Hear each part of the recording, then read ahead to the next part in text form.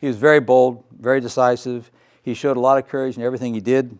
Certainly had the courage of his convictions, much like Churchill, except here applied to business. Great strategist, brilliant tactician, could get down in the weeds when he had to. Great team builder, and one of the greatest communicators we've ever seen in the industry. He was a guy doing the television ads himself, getting people to sign up. And he did that, as I say, by putting his ego to work, by putting it on the line. He stepped up and said, I'm going to make this happen, folks. I need your support. Well, today, of course, Fiat is going to fix Chrysler, along with the UAW. We wish them well because they're doing it with our taxpayer dollars. Stanley who? Here's a guy that I doubt that anybody in this room knows. I've studied him a little bit. His name's Stan Galt. Came from back in Ohio, where I'm from. He was beat out by Jack Welch for a CEO spot at GE many years ago. And so he went back home to a company his dad worked at back in Ohio, a company called Rubbermaid. And what happened was he went absolutely ape in growing the company. He drove hundreds of new product and acquisitions, and he said that the greatest thing he had to offer was by leading by example, by being out front, and he did. He said, you got to set the tone, you got to set the pace, find objectives and strategies, demonstrate through personal example what you expect from others. And I'll bet you many of you do that naturally today. You cannot, in good conscience, imagine asking someone else to do something that you wouldn't be willing to do yourself, or not be willing to put your shoulder to the same wheel to help get the mission completed. I suspect that was a characteristic that's in all of you, and that's why you're here today. It's very, very important. It's what made him a great, great leader. He retired, mandatory retirement at 65, and went on to do a turnaround at Goodyear, of all places. Very, very impressive guy, but someone you never heard of. Just a great leader, just a great leader. Steve Jobs, he has created a whole new world in personal electronics. He's defined new markets, tremendous growth in earnings. The stock is out of sight today. They've got a hoard of $60 billion in cash or something crazy like that. Great vision, very competent, trust, and amazing passion. The guy's the most passionate man in business today, I suspect. But a very controversial leadership style. He's been called brutal. He suffers no fools. Egomaniac, perhaps. But those who work for him wouldn't work for anybody else. They trust him. They respect him. They love the passion he has for the business. But investors worry. What happens when Steve's gone? Is this a sustainable business model? And that word sustainability will come up a couple times here today. What's interesting is that he's also the CEO over at Pixar, a very successful animation company. And there he lets them do their thing. His passion is on the Apple side. And yet, two incredibly successful companies today. Steve says he's involved in every major decision, be it product, market, technology, you name it, even down to supply chain. Claims that he socializes new ideas internally. He says he's got about 100 go-to people that he goes and socializes things with. Develops consensus, but once they get a consensus, then he's the guy driving these guys to the finish line. And I'm told that's not a pretty thing to watch. Says he's participated in the hiring of over 5,000 people. Key factor, will they fall in love with Apple? Because to him, it's more than just a company, it's a mission. You heard the story years ago when he was hiring John Scully. John Scully was on the fence about leaving as CEO of Pepsi. Do I want to do Apple? And Steve Jobs said, look, do you want to sell sugar water the rest of your life, or do you want to change the world? And looking back on it, asking somebody if they want to change the world sounds kind of crazy, but guess what? They've changed the world. They've changed the world. He had the vision. He had the passion. There's a thing around Steve called the reality distortion field. His people know it and they live in it. When you're around Steve, he has a vision for the future that just sounds so far out there and so crazy. Doesn't sound possible, but he gathers everybody in and gets them motivated to go. It's sort of all Steve all the time, but is there leadership behind him? And there's a lot of concern about this today. And the reason is this. There's a series of pictures over the last few years of Steve. He is having health problems right now. It's the great leadership watch at Apple, they call it. So what kind of leader would you have to come in behind Steve? Do you need a technologist, a marketeer, people person, which most people don't think he is? Is he going to be able to future-proof that company? A lot of great concern about this. Well, the watch is on. The 8 candidates that are lined up today are these. I showed this slide a couple years ago. It was a different cast of characters, okay? A few of the names are the same. What about Jack Welch at GE? Huge commitment at GE during Jack's time to develop the next generation of leaders. He was very famous for his number one or number two in the market or out mantra, remember that? There was a method to his madness. It was about getting focus, getting his leaders focused on their businesses. If you couldn't be number one or number two, he wanted you out of there. But what happened was that many of the guys around the company, guys and gals who were leading divisions, realized that being number two also meant I can define my market differently so that I am number one or number two. And let's say in appliances, you decide you weren't doing all appliances, I'm just doing major appliances where I can be number one or number two.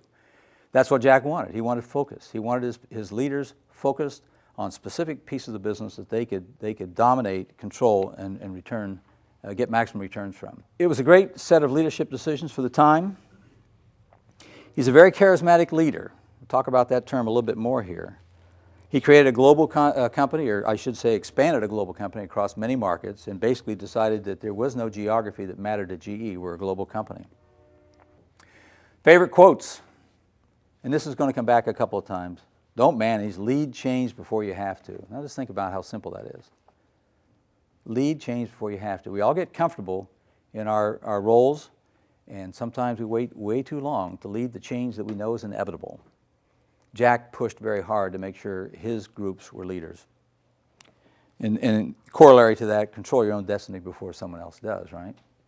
And it was about giving people confidence, he believed. That's the most important thing you can do as a leader, give them confidence because they will act. I think that's very sensible. But he also was pretty tough. The team with the best players wins, which means sometimes things get rough. It's been said that he created a harvest of leaders out of that whole process at GE. Of course, they had the school in New York. They formed for that. Question I want to ask the group here is, was he too tough?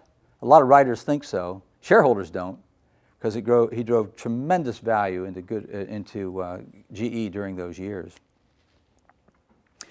Now we're seeing a lot of leadership issues at GE. Jack's gone. Jeff Immelt's taken over. A lot of questions about how that company's going to do. The goal that every leader should have is to create a sustainable leadership model, a sustainable culture in the company. That's what we're trying to do at Goodrich today. That's what Marshall is leading. We saw enormous change take place in GE when Jack left. Jeff Immelt came in, quickly became criticized for a number of things. Stock plunged. Been a number of issues around GE. I don't think it's a bad company. In fact, I think it's a pretty good company, but it's remarkable how much change we're seeing as a result of a single person changing at the top. That is not what you want in your company. Peter Drucker. I had the pleasure back in 1986, I think it was, of spending a full week with the old man at my expense, my company's expense. There are 24 of us all together. We spent 1 week, 8 hours a day, listening and questioning this gentleman. He really had access to all the top leaders in corporate America during his many years as a consultant. Considered to be the father of modern management today. A lot of remarkable things when you can touch that many different companies. One of his favorite quotes to me was, the most valuable asset you have is trustworthiness. Now think about that from a leadership standpoint, right? He gave an example as Harry Truman. Harry Truman isn't treated particularly well by the history books, but one thing Harry did is when he gave you his word and said he'd do something, he did it, which in a political climate is pretty remarkable. He thought that was one of the most valuable characteristics a leader can have, is being trustworthy to those that he works with and his customer base as well. He also believed that leadership got too much attention. Leadership. He liked the word manager, not leader, as much. Part of that probably came because of the time period in which he had grown up in Europe with Hitler and other people like Mussolini, leaders who were charismatic.